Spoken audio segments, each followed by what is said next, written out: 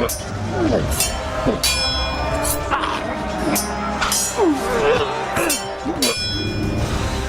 Geeky with Gamer Leaf, the podcast in which one man strives to level up his geekhood and helping you do the same, one battle at a time. Now, let's get geeky with Gamer Leaf.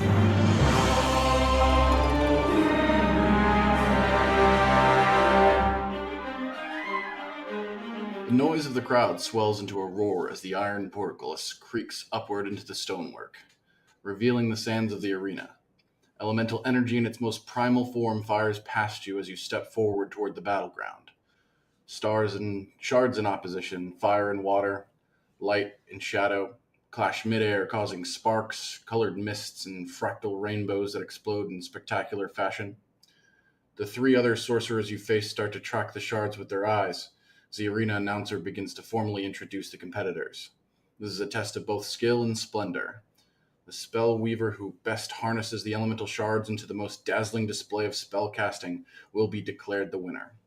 You know celerity is essential, as a single moment of hesitation can mean the very spell you're attempting to conjure being torn from your control or twisted into an opponent's grasp. A magical flare is launched into the expanse above and explodes to proclaim the start of the match. Did that sound familiar to you guys? It didn't to me either, but this is a story of Shard Slingers, a new game that's coming to Kickstarter, and we're lucky enough to have on the creators and masterminds behind this game, Sean and Evan. Is that right? Is that how you guys fall in line with Shard Slingers? Shard Slingers. Sean, that's me, and Evan. And this is Evan. Awesome. Thank you so much for joining us on Getting Geeky with Gamer Leaf. We really appreciate it. We appreciate you having us, honestly. No problem. Now, before we get into it, let's get some quick introductions, and maybe you guys can tell us how you got into playing tabletop board games. Whoever wants to go first. Sure. So this is Evan. Playing tabletop board games, definitely something I've been doing since I was really young. I can't remember what the first game I played is at this point, but gaming in general has been a huge passion for a long time, and we work with lots of design ideas, and I've always kind of been customizing games that we played for so long now that we knew this is where we were headed to eventually, be making games of our own. And tabletop is just kind of the perfect starting place for our respective skill sets. Cool. Was there certain games that you got into first or whatnot, or how did you get into hobby gaming, Evan? I would definitely say Dungeons and Dragons, definitely the big start. Played a lot of that, and then strategy games, from being like a little kid and playing Risk, and then graduating to some of the more modernized, more interesting variants, right? Like Small World, definitely a game I played earlier on.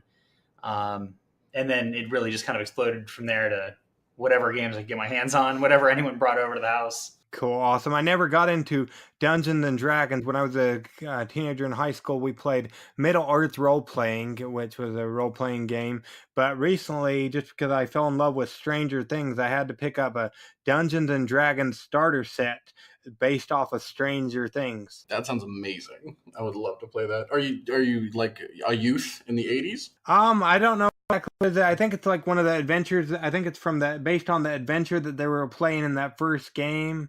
It's created by Mike or whatnot. It looks like it's pretty cool. They actually, speaking of that, we're actually doing a giveaway for it currently on the Giveaway Geek. I think it's got like 15 or 17 more days on it, so you can go check that out if you want. But yeah, it looks pretty cool. I had to get it when it was on Amazon, was having a big sale, and had to pick up a copy for myself just because I'm a sucker for everything Stranger Things. That would be amazing. I'm about it.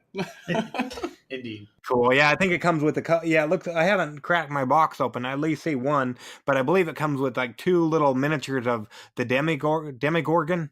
Yeah, definitely should have started with Fireball in the series. It would have ended a lot better. Oh boy, there you go. Yeah, that's pretty good. And what about yourself, Sean? How did you get into playing tabletop board games? Well, I mean, not to sound redundant, but definitely D&D. I was more of a video game player. I played a lot of competitive games in college, like Smash and things like that, and I hung around the game room at the local college here and just saw some guys playing Dungeons and Dragons one day, and tried it a couple of times and fell in love with it, and then started writing my own stories and kind of became a creative that way. And my campaigns got bigger and bigger, and I wanted to, build bigger worlds and tell better stories, more in-depth stuff. And tabletop sort of evolved, and bigger stories were being told, sometimes bite-sized like Munchkin, and sometimes, bigger, cool stuff like, terraforming Mars and things like that. And I just really liked what you could get out of a tabletop experience that you couldn't get in the video game world. So did the video game world lose you completely then? No, I mean, I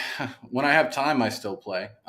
But nowadays I'm working because I'm old and have to pay bills. But when I can, I do play some competitive games. I play Apex Legends sometimes, and every once in a blue moon, I'll pick up like an old game like Faster Than Light or something and get into the strategy stuff. Cool, awesome. And you talked about making stories or whatnot.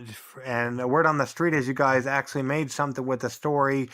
What can you tell us about Shard Slingers that's about to launch to Kickstarter? Gosh, so much. So the basics, Shard Slingers is a push your luck card and dice game where the players are trying to match the elemental faces on our dice, on our shards.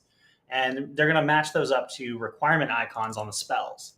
And basically, once you've matched up, let's say, 2 water icons and a fire icon on a card, filled all those requirement slots, you take that spell, earning some victory points, and then you can use it whenever you want from there on out in the game. And that's the basic gameplay concept. But to us, it kind of represents a bigger story step. We want to introduce these elements. We want to introduce these themes and ideas. Each element kind of has a play style of its own. There are 8 of them in the game. And those 8 elements are going to carry forward for us into other products and into really a bigger story building universe. This was kind of an intentionally small, limited game idea for us so that the first Kickstarter project launch would just kind of be as smooth as possible to make sure to test the waters and get the studio off the ground. But from here, I think that potential for that story really starts to explode.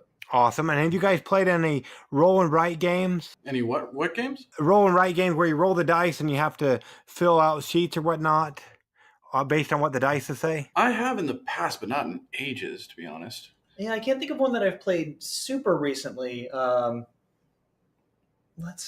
can't really remember the last one that I've played, but it's definitely been 3 or 4 years at least. Yeah. Okay, yeah, because they're a big craze right now going on, and this kind of gives me somewhat of a feeling of them. But instead, if I'm understanding correctly, instead of like rolling the dice and writing something down, you're rolling the dice and matching it up to a card, and then you got to take that card. Is that right? Exactly. You take that card. So there's a pool of available spells in the center of the table. 4 spells available to all the players, and so it's more about who can fill the requirements first. Then you take it, a replacement card's drawn. So you guys are competing over that available pool of cards, as well as you've got a couple, maybe ace up your sleeve cards. We call them secret spells, where only you get to bid on those cards. Yeah. And as long as you meet their requirements, you get to use. Yeah. And thematically, basically, you're imagining yourself sort of in an arena, and you're kind of pulling energy from other sorcerers trying to form something that turns into a spell, and lightning clashes out and fire sparks, things like that. And that's kind of what it feels like when you're at the table, kind of all vying for that one spell, or maybe several spells at the same time. You're just trying to pull the energy in your favor to pull something off that's dazzling, and it's going to put yourself in a better position, and hopefully your opponent's in not so great of a position. Okay, and how do I win? Do I have to have the more spell cards than the other person at the end of the game, or how's that go? Yeah, so you're racing to 18 victory points. And to us, that kind of represents, to continue with the theme Sean's talking about here, that represents the victory, the most dazzling display, right? It's, partway between a gladiatorial battle and a rock show for these wizards in the arena. And so you're trying to put on the most impressive display of spells. So every spell's kind of got a victory point value to represent how grand and flashy it is. And as you do that tug of war Sean's talking about, nothing's wasted, right? There's a certain amount of magic in the arena, if you will. And every time you expend some to create a spell, those same dice, they go back into a general pool that all the players can access. So it's almost like you're in this kind of chaotic, shifting storm of energy, and you're trying to almost like a Fantasia sort of thing. You're trying to pull off the biggest and most dazzling displays. Awesome. And you talk of dice, they're not the normal, boring D6s. What kind of dice am I rolling? We've got 8-sided dice, and on every face is a different elemental icon. Okay, awesome. Yeah, so the dice look pretty cool. The game looks pretty cool. I keep watching over and over again as we're talking this GIF of like the box opening and you using the box for part of the game. What can you tell us about that? Yeah, it's the game box actually opens to the board. So we've played enough board games to know what it's like, when you have to pull out a bunch of chits and set up the board and move pieces and write things down and that can get, especially if you're trying to play a fast game, it can get a little long-winded. So this game, literally, once you have the box open, the board is set. You're ready to place the cards. You're ready to play the game almost immediately. All you have to deal the secret spells to the 4 players. But other than that, there's no setup other than just opening it. Awesome. And everybody, it looks like they get a sheet to kind of just explain things to them and then their secret spell card? Yep, that's our player reference card. So basically, as you open the box, it unfolds almost like a nice leather-wrapped book into that game board. And then the first thing you'll see are 4 player references. It gives you a breakdown of the actions you can take on your turn, those push your luck actions, and maybe some more calculated choices that aren't as random. And then on the back of each reference actually is the full rules for the game. And so we included 4 for each player to have access to that. Okay, so I'm not going to have to sit there and take nights going through a rule book over and over again and then have the game sitting on my table for weeks on end until my wife tells me I need to either play it or put it away. Exactly. Exactly. So we wanted to kind of fill that slot before the big, expansive, huge rule book game. Because, we all have that game that takes a while to set up, whether it be D&D or Dead of Winter, or even, Terraforming Mars is a great example. Those games take a while to set up and, people have to arrive and get ready and things like that. And our game comes out, you pull the box out, you open it up, you start rolling dice and the game is on. And it's short enough that you can knock one out before, the big game happens, or if you want just a faster game to play on game night. Awesome. And it's for how many players? It's for 2 to 4 players currently. Although we are playing with some expansion ideas that may either allow a few more players, or we've got a co-op mode in mind that we'd like to make work for solo players as well. We know they're hard pressed to find good games. Exactly. Awesome. Will this be something you'll be having as a stretch goal or later on down the road, do you think? Technically both, I suppose. We do have a stretch goal in our campaign, one of the early ones, to include a preview of a co-op boss encounter.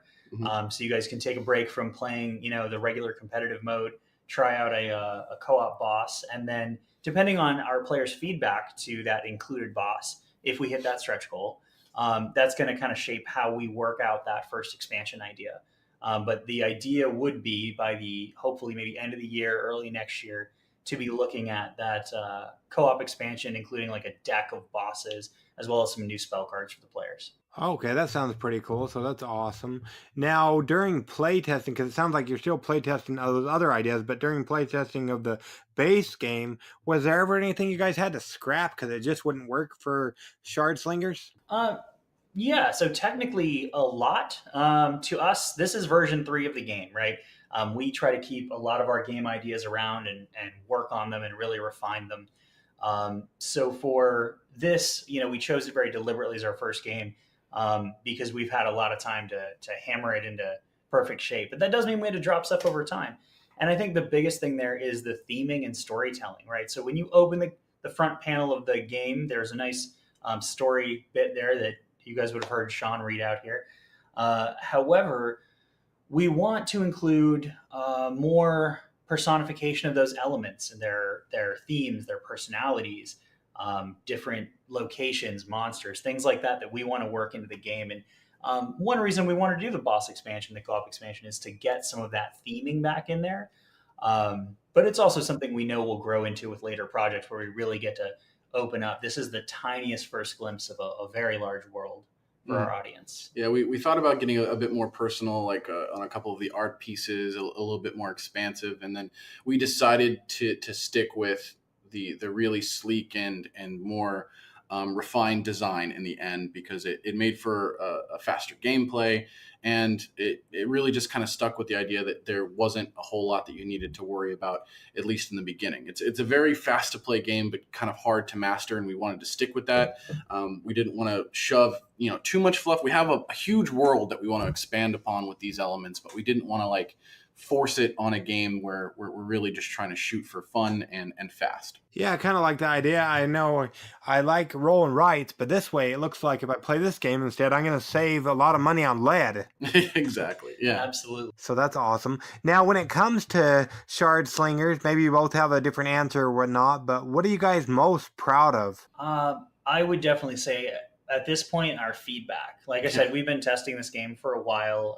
We keep a handful of prototype games at the house, and we let our friends play them, and that's great. But we go to great lengths to get this out in front of strangers, go to game stores, and to let them play without our interference, let them judge the rules, make their criticisms, and to really act on those. But honestly, it's been months since we've really had negative feedback, and I think at this point, every time we have someone play it, it's all right. That was pretty easy to pick up, but I want to play another round. I've got to play a second round, and that's my favorite thing to hear. Yeah. Awesome. Is that how you knew it was ready to come to Kickstarter in so many words? Absolutely. Exactly. Absolutely. Yeah. And we really beat it to death, to make sure that it really stood up to gamer standard. We went to these gamer shops, and we had strangers that are people that like to break games and find weaknesses in games. And we really listened to their feedback and really took it into account. And we stuck to our guns on certain mechanics and certain aspects of the game that we really thought brought a lot of fun to it. And now that everyone touches it, they kind of love some detail that we felt really strongly about, whether it be the box opening, whether it be, having 8-sided dice, whether it be, having access to a pool of spells instead of just like a limited deck building strategy. So thankfully we've gotten a lot of really positive feedback, and it's hard not to walk away and feel proud of that. Well, there you go. Awesome. So that sounds cool. Now, will we be seeing any previews or reviews coming from any board game reviewers? Yeah, we will. We have 3 scheduled to be coming out over the next week or so leading up into our campaign. And then during the campaign, it looks like we're going to have maybe 2 or 3 more. And it's really the last addition to our Kickstarter project page. They're doing a little final video editing on a couple of those.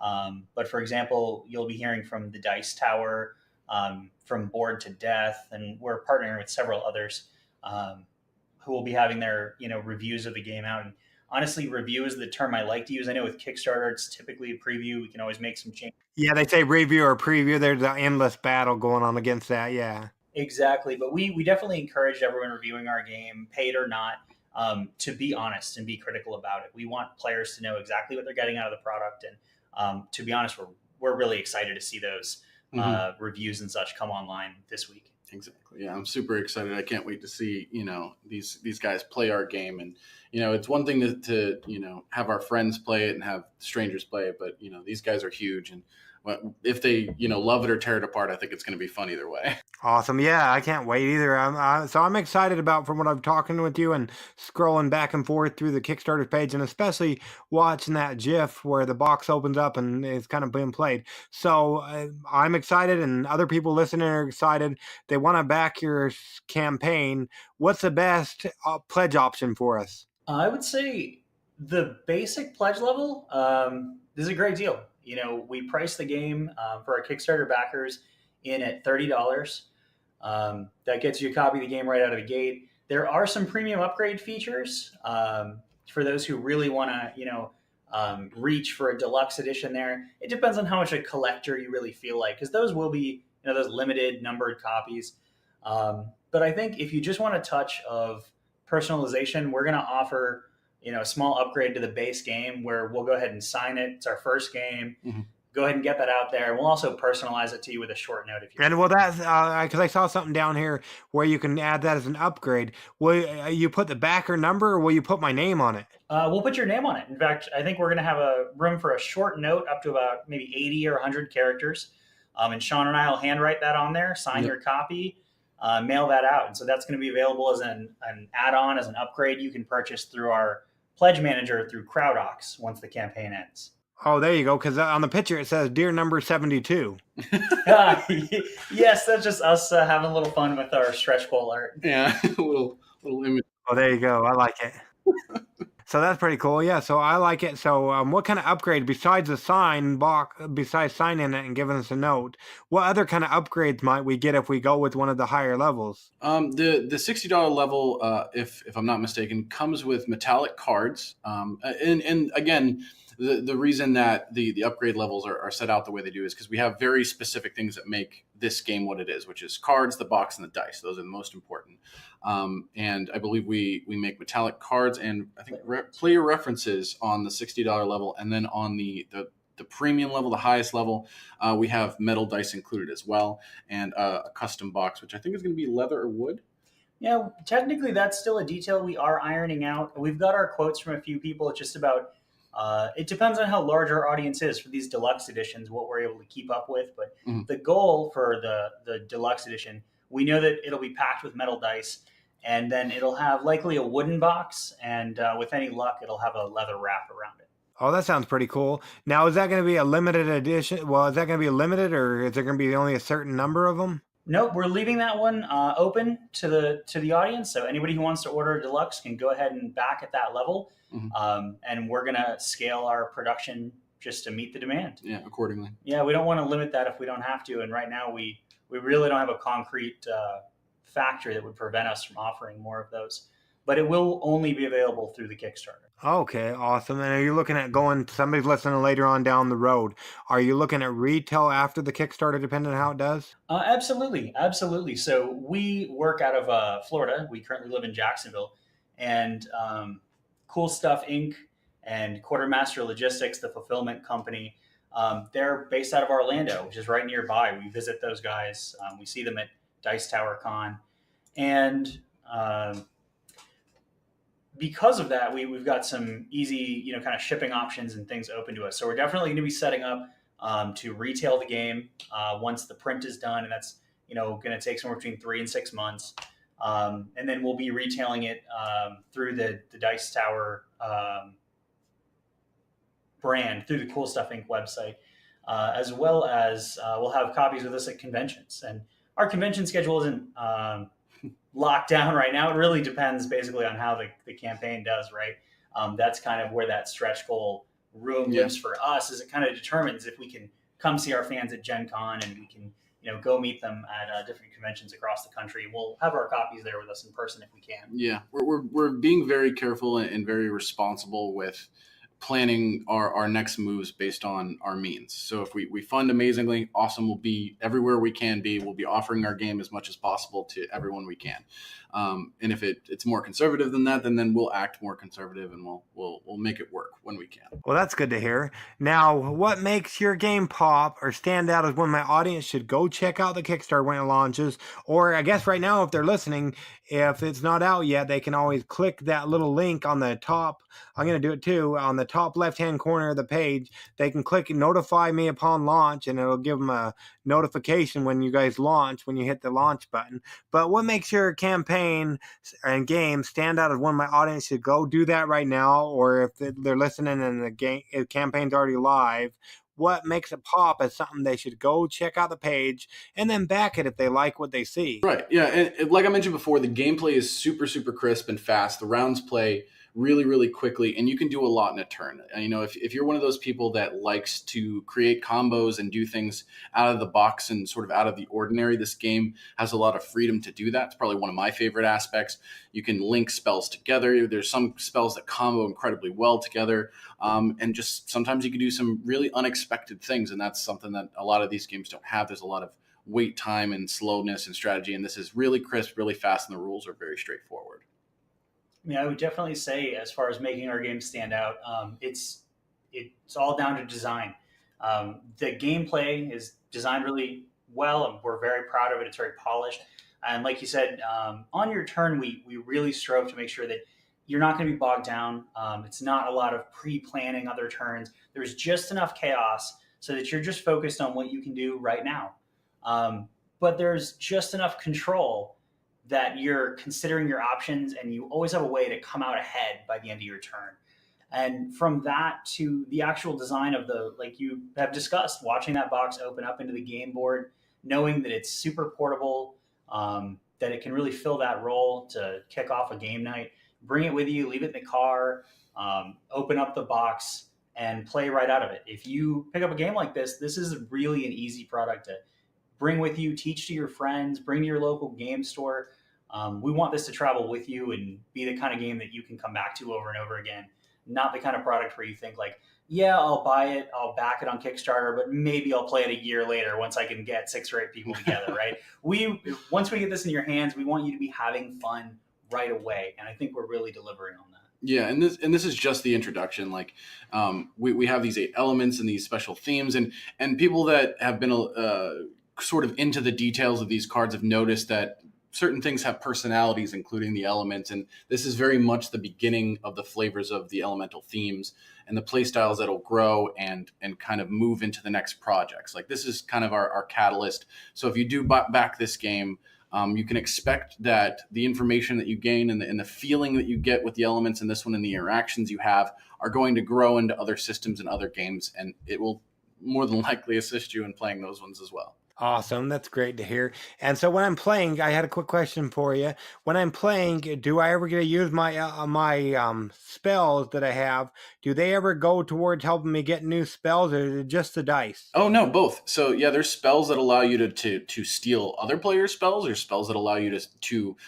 grab spells for less cost or different costs, as well as, obtain dice and manipulate dice. So, and also it's probably worth noting that just because you cast a spell doesn't mean you lose it. The victory points that you gain from having a spell are permanent. So you never feel like you can't pull the trigger on any particular spell, but you might want to hold on to it for that special moment. This is a very opportunistic game a lot of the time. Okay, awesome. It reminds me, it kind of gives me the feel, minus the dice, of Splendor that me and my kids love to play. Have you guys ever played that? I have played it once at a game store. I have not. Well, there you go. Yeah, but it gives me the kind of the feeling we really love that game, and so it kind of gives me that feeling. Plus, rolling right, and it just looks like it's like you said. It looks like a really fun game that you can play right out of the box. I won't have it on the table for weeks before I can get to it. Yeah, it looks awesome. So if anybody's listening right now, go ahead, and if it's before the launch, make sure you click that link up in the top left-hand corner and go ahead and make sure they notify you Kickstarter when it goes live. And if you're listening during the campaign, go ahead, and if you like what you heard or you like what you see on the Kickstarter page, make sure you back it so this can become a reality. And word on the street is, if we need to delete this out, we can, but word on the street is you're going to be doing a giveaway with the Giveaway Geek. Is that right? Absolutely. Yep, we definitely are. Awesome. So I don't know if you worked out the details. I know we just barely set everything up today, but what will they be able to win if they win the giveaway with the Giveaway Geek? Yeah, so we're going to give away a couple of base copies of the game itself to anybody out there who's entering the giveaway and, sharing our Kickstarter and helping us get out there and get noticed. We just kind of want to reward people for helping introduce people to us as a new brand and a new game studio. So, we'll be giving out a few copies of that game, and we'll probably close out that contest sometime, maybe a week or so before the end of our campaign. That way, we have an idea who will be shipping those extra copies to. We can get them in with the rest of our orders. Okay, awesome. And most likely, depending on how quick we're able to get things set up, well, probably if you're listening right now, you can go check out the bottom of the post on our show notes on gamerleafgo.com or over at thegiveawaygeek.com. We'll have those both there. It'll be on the show notes if you're listening to the podcast, so you can just go ahead and enter right as you're listening or whatnot. So there's that as well. But yeah, I don't want to keep you guys all night, but mine is coming there to Florida to stalk you guys in person. How would people keep up with you and what you have going on over there at Otherworld Games? Okay, well, I mean, we're on all the big platforms, so it's really whatever your preferential platform is. We're on Facebook, we're on Instagram, we're on Twitter. We know everybody has their favorites, and we post everything to everything, as well as obviously, following the Kickstarter itself, so you can get notified when it launches. But those 3 big platforms are the ones that we use the most, and we've been considering adding a Patreon for like more deep dive content, but we're not 100% on that yet. We're trying to see if enough people would be interested in our background processes, like making dice and working out mechanics and things like that. Okay, and if you get me those links, I'll make sure I leave those in the show notes. Plus, you'll probably get extra entries or whatnot, depending on checking out those different social media, depending on what we come up with. So we'll make sure we leave all those in the show notes. Plus, it looks like they can just go, if they scroll down to near the bottom of your Kickstarter page, you got a link to each of those as well as to the BTG page for the game. Is that right? Yes, sir. That's exactly right. Yes, it is. And for the most part, our social media is going to be at Twitter, for example, we're at OTHRWRLD. That's at Otherworld, and then games. And all of our social media is facebook.com/OTHRWRLD games. Will get you right to our page as well. Okay, so is that how you picked the name of the company, just because that was available, or how did you come up with Otherworld Games? I think it's about what we want to bring to our audience, right? We spend a lot of time designing and writing, but we like to take that extra step to step back, take our ideas, and figure out how we're going to reincorporate them into the same worlds, into the same places. And so we have a handful of these different locations, if you will, these different realms that we want to bring our audience to, over the coming years and the coming projects. And so that's how we came up with our studio name. We wanted to bring our players to these other worlds. Awesome. And speaking of keeping up with you guys, I know right now we're really focused on getting Shard Slingers into reality. So we got to get through this Kickstarter and get it funded and overfunded, hopefully. But after that, somebody's listening later on down the road, or they're really interested in what you guys are doing. Any spoilers you can give us on what might be coming in the future? Yeah, I think we can give you a few. So one of the next games we're most excited about is a heist-style game. Oh boy, you got me excited. Where the players are going to act as a group of bandits attempting to waylay travelers and wagons and such, and maximize their looting returns. And so it's a cooperative heist-style game where you go into it with a plan, and then, of course, you have to deal with that falling apart. Exactly. And see what you can do to keep your heist going. Will it be the same kind of mechanics you have going on in Shard Slingers, or something else? Not at all. Yeah, no, this is going to be a completely different animal altogether. We've thought about it kind of from sort of an Ocean's 11 theming sort of. We've all played D&D to a degree that we meet the bandits that attack us on the road, and it generally doesn't work out. And that's kind of a theme that we always had, and we always kind of wondered what it would be like to be on the other side of that. So no, this is not going to be the same concept as Shard Slinger. It's not arena based. It's all cooperative. You're all working together, and when things fall apart, you kind of have to shoot from the hip and make it work. Awesome. You got me excited. And you said there was a couple others? Yeah. So that's a very narrative product that we want to do, kind of comical and fun. And then obviously we have a couple expansions in mind for Shard Slingers. It depends on, we want to work with what our fans really enjoy. So one of the biggest things we're looking forward to is kind of taking that feedback and prioritizing what they get the most out of and making some more content for that. But like we said, a co-op boss expansion is in the works. And a few other potential variants out there for Shard Slingers. Those are our next maybe keystone projects. But beyond that, we're looking to maybe bring some larger, more strategic, either tile placement or maybe some worker placement games where you're going to get to see a lot more of the flavor and character and monsters that would be tied to these elements. And we're going to start opening the door to that world. Awesome. But first, we need to get Shard Slingers funded on Kickstarter. So if you're listening right now, go check it out. And if you like what you see or hear, back it on Kickstarter. Plus, you can probably share it on your social media preference so other people can hear about it. And by doing both of those things, by checking it out, the Kickstarter, as well as sharing it and whatnot, like we said, there's going to be a giveaway over at the giveawaygeek.com. So you can be entered all at the same time as helping get Shard Slingers funded on Kickstarter. Like I said, I don't want to keep you guys all night, but I really appreciate you coming on Getting Geeky with Gamer League with us to talk all about Shard Slingers that's launching to Kickstarter. When exactly? May 14th is when we're going to be launching. We really appreciate you having us on, and we appreciate any of the support that anyone can give us in regard to backing the game. We hope you have fun with it, and hopefully we can bring you more games like this one in the future. Yeah, I'm excited. So May 14th, and it'll run through when? It'll run through June 11th. We're going to do a 28-day campaign. And yeah, with our production timeline, we should be looking at, if as long as we fund, getting those copies out somewhere between 3 and 7 months from now. Awesome. So we'll look forward to that. But yeah, like I said, right now, go ahead and check out their Kickstarter page. All the links are below the podcast in our show notes.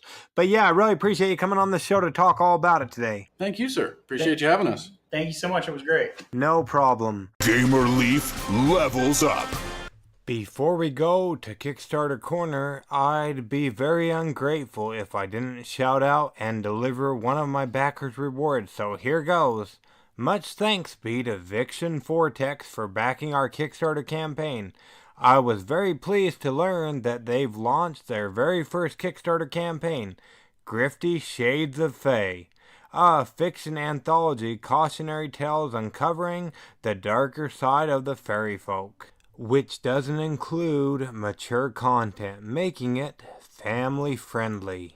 It'll include works from two of my very favorite authors, both David Farland, who is my favorite when it comes to epic fantasy novels, as well as Michael Brent Collins, who is my all-time favorite horror author. If I can somehow convince the two of them to come on the show to talk more about this as well as their other writing, I will do it. It also includes the likes of Sarah Hoyt, Patty Larson, Johnny Worthen, and A.J. Benson. If you're a reader, know a reader, or just want some awesome stories, check out Grifty Shades of Fae, a fiction anthology that'll be on Kickstarter through Saturday the 25th of May. And then back it like I did. Let's take a walk, not to the corner store, but to Kickstarter Corner. What is this place? What is it doing here in the Leaves computer? Oh, it's Kickstarter Corner with the Leaves. Did you catch our episode on Tuesday the 22nd of April? No? Well, go back and give it a listen. We sat down with Kirsty and Sherman to talk all about Endless Realms, Tome of Spirits, which sounds like an awesome resource to add to your role-playing game arsenal. As well, I really love the art. You can easily access the interview by scrolling down near the bottom of their Kickstarter campaign page. Give it a listen. Check out the Kickstarter and then back it before Thursday the 23rd of May. Shard Hunters, the card game. It's simple and dynamic gameplay, exclusive artwork, love dark fantasy games but don't have much time? Then this 20-minute game is for you. Some things about the game: actions happen simultaneously, no handicap for new players, no stealing, no player elimination, and monster cards are completely language independent. Plus, the art is amazing. Jump on over and check out their Kickstarter campaign and back it before the campaign ends. It ends in less than 11 hours at the time of this recording, so don't dilly-dally and back it before 11 a.m. Mountain Standard Time today. If I got asked who's your favorite designer that if you could, you'd want all their games, that's easy. Hands down, I'd say Ta Te Wu. He's back. This time, it's a game that uses my favorite mechanics of deck building in Promenade, the game of impressionist art, in which you become the most prestigious painting collector in a 2 to 4 player economic deck building game of impressionistic art. Players are art collectors, and the goal is to manipulate marketing value by acquiring and exhibiting impressionistic paintings. Players receive points by exhibiting paintings from their hand and additional points from the paintings and gold in their collection at the end of the game. When the game ends, the player with the most victory points wins the game. Go check it out and back the Kickstarter before Sunday, May 12th. Plus, you can go and search on my website for Promenade, and you should be able to find the episode that way. I love me some Cthulhu, so much in fact I had to get me some Cthulhu-based dice when we visited our friendly local game store. Plus, had to have an indie game for our Switch called Tesla vs. Lovecraft. There's constantly Lovecraftian games hitting the market. So I had to tell you about this one when I saw it, as it looks to be more than just a game, but more of an experience. Culty Storm, a Cthulhu Mythos game inspired by H.P. Lovecraft. It's a Lovecraftian gaming experience with 14 expansions, miniatures, 500 plus narrative stories, anthology, soundtrack, metal badge, Cthulhu Mythos, so much experience, and board game. Wow! I love even just the cover art on not just one box, not just two, but all 3 game boxes. If you don't just want another box to sit on your shelf, but you're looking for an experience, you're going to want this one. Culty Storm is the expression of respect and love for H.P. Lovecraft. It is more than just an ordinary board game. This is a Lovecraftian gaming experience with literary and musical dimensions. Check out their campaign and make sure you back it before Tuesday the 21st of May. Want to know more? Make sure you listen to my episode on Tuesday the 14th of May when I sit down with them to chat all about it. You probably played Memory as a kid, but did it really have any risk in it? That's what I thought. Well, Zoomer Games has filled that niche for you with Dino Dig, Risky Sights. It's a risky dinosaur set collection game in which you've got to ask yourself, what will you dig up? Dino Dig Risky Sights is a risk and chance set collection game where players dig to find the most valuable dinosaur fossils in a scorpion-infested site. Think Minesweeper, but no mines, dinosaurs, and scorpions will be in it instead. Players will be forced with risk versus reward decisions and can use probability to find their missing pieces. Each player also has a toolbox full of helpful equipment to guide them along the way. Will you risk digging for valuable dinosaurs and maybe face scorpions? Or will you play it safe and hope to win by digging for smaller fossils? Find out if you are the best paleontologist. If you're not scared of scorpions in a game, make sure you check out their campaign and back it before Monday the 3rd of June. You've played card games. You've probably played Jenga, and you might have even played Twister. Well, Charmy Dreams the cat wanted to design a whole excitement experience, so they created and launched the Mouse Stones. Fight for the Great Color Stones, in which you grab stones and ambush friends. Winners can leave their opponents in tears by winning all precious stones. Do you remember the Purdy Fire Gems from Fire Tower that was on Kickstarter a while back ago? Well, this one has lots of colorful plastic stones, 200 to be exact. It'll light up your game table and gaming experience. I want a copy for the Leaf household, and I know you will too. So make sure you check out their Kickstarter campaign and then back it before Wednesday the 5th of June. You might recall, I'm a baby of the 1900s, which my kids tell me all the time is old. But I love me some great cartoons back in the 1980s and the 1990s. They were better than the ones today, at least in my opinion.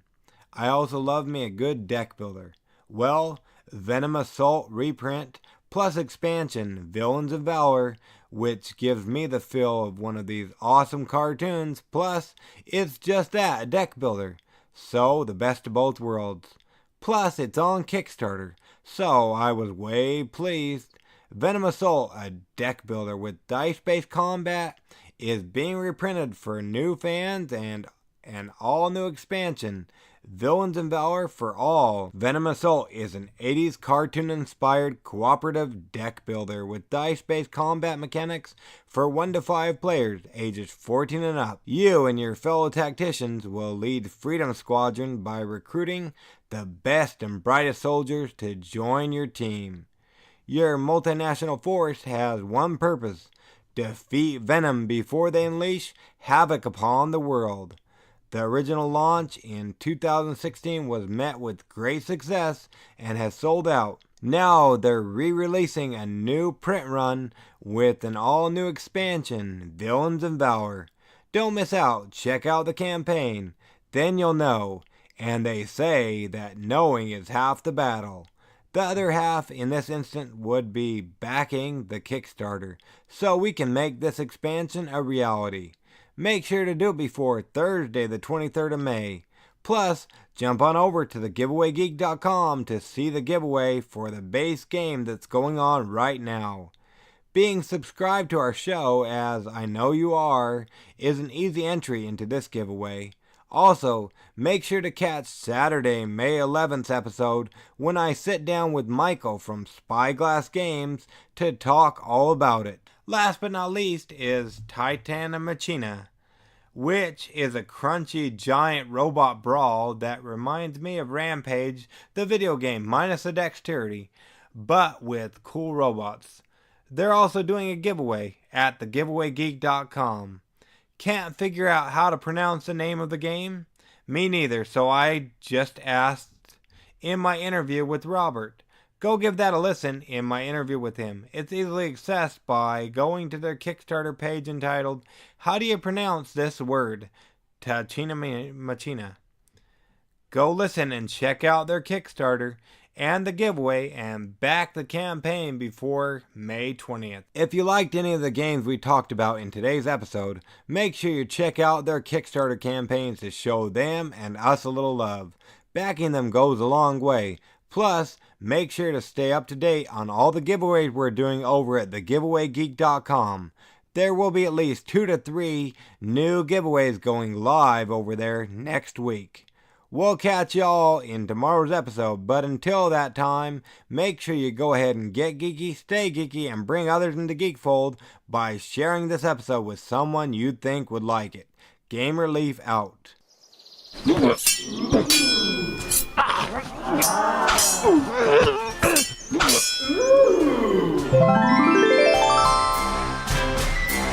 Gamer Leaf levels up. Tune in next week to see if Gamer Leaf's luck holds up.